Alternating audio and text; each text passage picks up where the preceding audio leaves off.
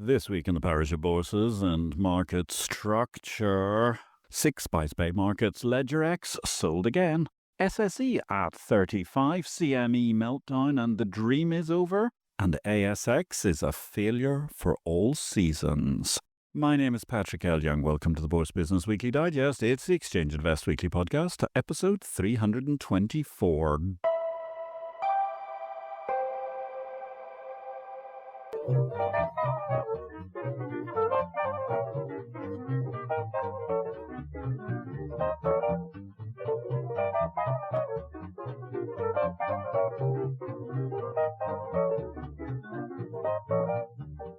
Good day, ladies and gentlemen. This is a very brief reduction of highlights amongst the key headlines from the week in market structure. All the analysis of the many events and happenings from the past 7 days can be found in Exchange Invest Daily Subscriber Newsletter, the unique guide to the Bourse business sent daily to your inbox. More details at exchangeinvest.com.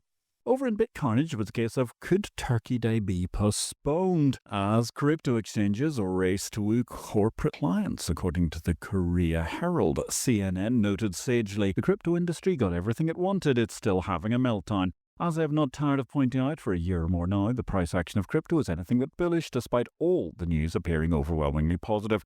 There may be funds for Turkey this year, but at this rate next year it may be more a case of tokenized Turkey in sub-Satoshi-sized fragments, far less than bite-sized chunks. The Brussels Bugle has a brace of stories, neither hot nor warming, for the crypto borrows, including a market report, crypto hoarders dump tokens as share tumbles, which presumably infers there are now a lot of once smug corporate holders whose treasuries now have that unmistakable stench of mark-to-market markdown loitering around their very being. The other FT story of the week was the fatal flaw in using Bitcoin as a currency, which I find impressive as it sees a single fatal flaw where even when PLY really believed in the power of crypto more than a decade ago, my Copernican revolution in finance theory noted that Bitcoin was at best a gateway drug to a proper crypto economy, or the Model T Ford of crypto, as I described with a suitably, for me, petrol-headed metaphor. The ongoing bearishness of the DLT token biz, thanks to underlying value absence, is weighing on a lot of now penny stocks, but also killing a path to market for those who didn't get there a few months back, when even with prices static, there was still a more bullish possibility.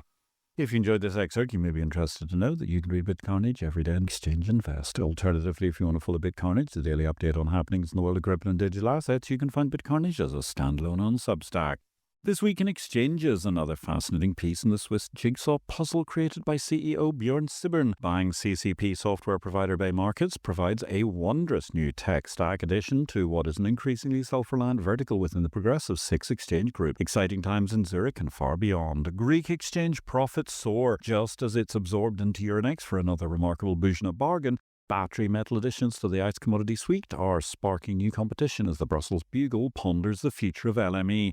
Serial owner MIAX retains 10% but has sold a majority once again, this time to a new broker-prop trader combination in the bourse business. Hardly noticed in the USA but worthy of thanksgiving nonetheless, the Shanghai Stock Exchange celebrated its 35th anniversary November 26th. From 30 stocks to over 2,300, a market with an $8.5 trillion capitalization deserves to be lavished with praise, and it's just one of the mainland markets alongside that long-standing powerhouse, Hong Kong Exchanges Group in the SAR. Thanks for listening to Exchange Invest Weekly. We welcome your feedback. You can contact me directly, Patrick at derivativesvision.com, with any comments. Meanwhile, if you enjoyed this show, we would welcome you giving us a thumbs up, or if you have time, a positive review will always be welcome wherever you find this podcast.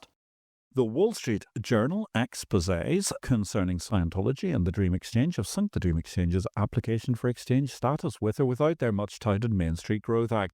Elsewhere, London doesn't grow as boards bicker about executive salaries instead of growing the pie, a problem which pervades the socialist UK. And ASX onboards Belgrade for its matching engine platform. Another dying dream is the monopoly milker strategy for CME. That has been coming for some time, but the exposure of technological failure Friday as a result of presumably Turkey giblets in the data centre is exacerbated by the notion of selling and leasing back technology. Own the tech, own the market, but don't have the lanyard-wearing numpties lose control in the interest of eking out returns. Or am I just being old-fashioned? Who else is doing the same? Who else owns their stack? That will be questioned. Investors will be desperately seeking answers to. Down under, it's a case of Gubu Snafu Fas. Welcome to the world of ASX. At least nobody can question the consistency of the monopoly market infrastructure down under. After generations of monopoly milking and avoidant management, especially the tech stack, ASX is now operating with an almost Swiss-timed model of precision imperfection. The latter is clearly not Swiss trait, but the Aussies have lost their ability to be deemed capital market grown-ups. A shambolic monopoly fails yet again, and right now there isn't even a coherent competitor to the monopoly, and the government regulatory blob is in panic mode as they've moved too slowly to save Australia from being viewed as a joke masquerading as a financial centre. Failure as a service is the epithet applied to the ASX some weeks back, and here we are yet again marvelling at how so much can be paid to so many people to fundamentally fail to deliver an orderly market. The discredited board and C-suite hang on, but none of them should ever grace a boardroom again, given, frankly, their shameless trousering of cash without any semblance of client delivery. This isn't merely goo-boo, this is far, far more endemic.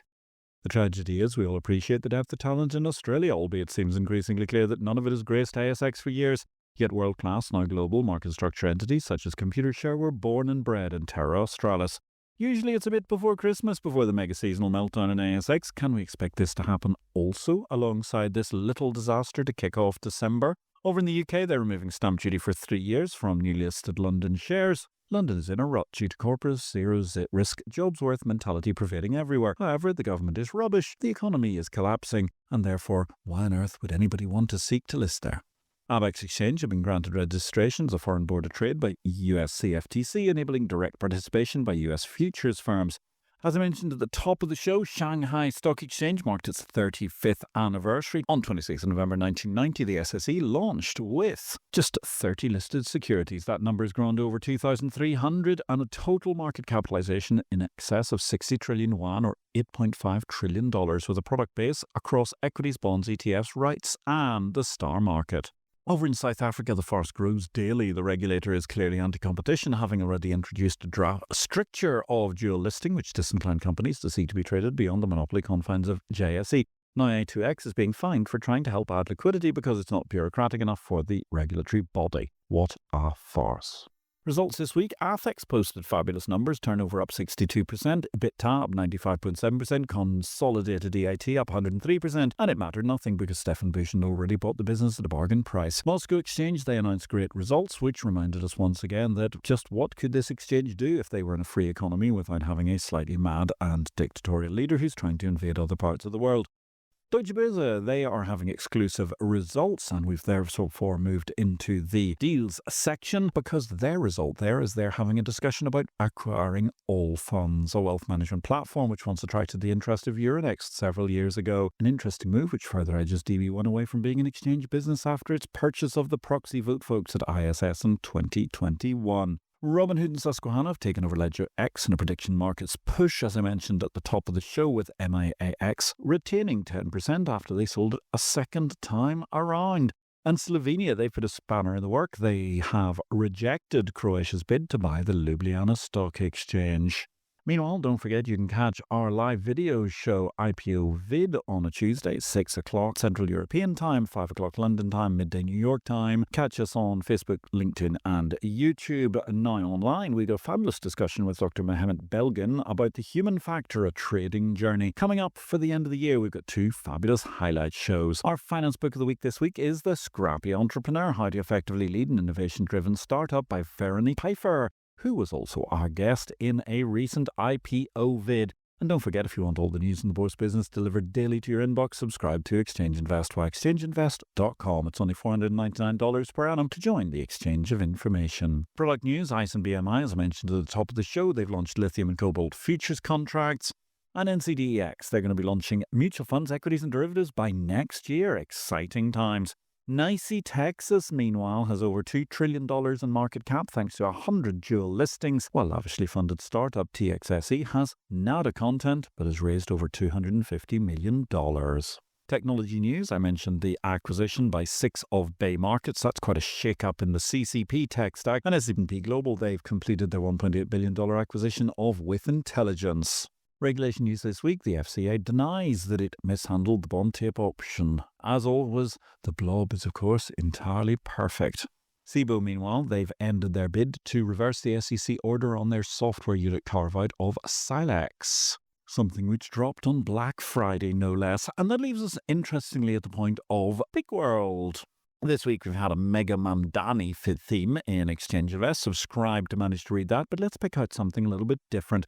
Great headline in Morningstar this week. America's sugar daddy just went broke and you're stuck with a bill. Actually, what this means is very, very simple. Japanese government bond yields have reached 3.5%. US 10-year Treasury bonds, the equivalent, are at 4%. Phase in your currency risk and it's even money either way between which is providing the better return for a Japanese housewife. What does that mean for the future of the US Treasury markets? Well, it could be a very, very exciting 2026. And on that mysterious and magnificent note, thank you for listening to this Exchange Invest Weekly podcast number 324. Join us daily via exchangeinvest.com, or if you knew exchange you would like built, get in touch. My name is Patrick L. Young and I wish you a great week in life and markets.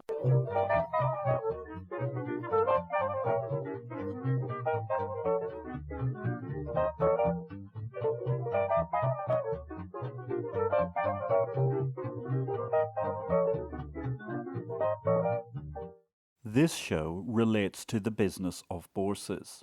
It is not to be construed as investment advice, nor are we making any investment recommendations. Please consult an investment advisor before you make any investments, and for goodness sake, do your due diligence and do not make investments without complying with the regulations in your home state. Exchange Invest cannot be held responsible for any investment decisions made as a result of our program, which is for entertainment purposes only. The material herein is copyright Patrick L. Young at the date of publication, while our music and sound effects are sourced from copyright-free sources. Thanks for listening to Exchange Invest Weekly, the exchange of information.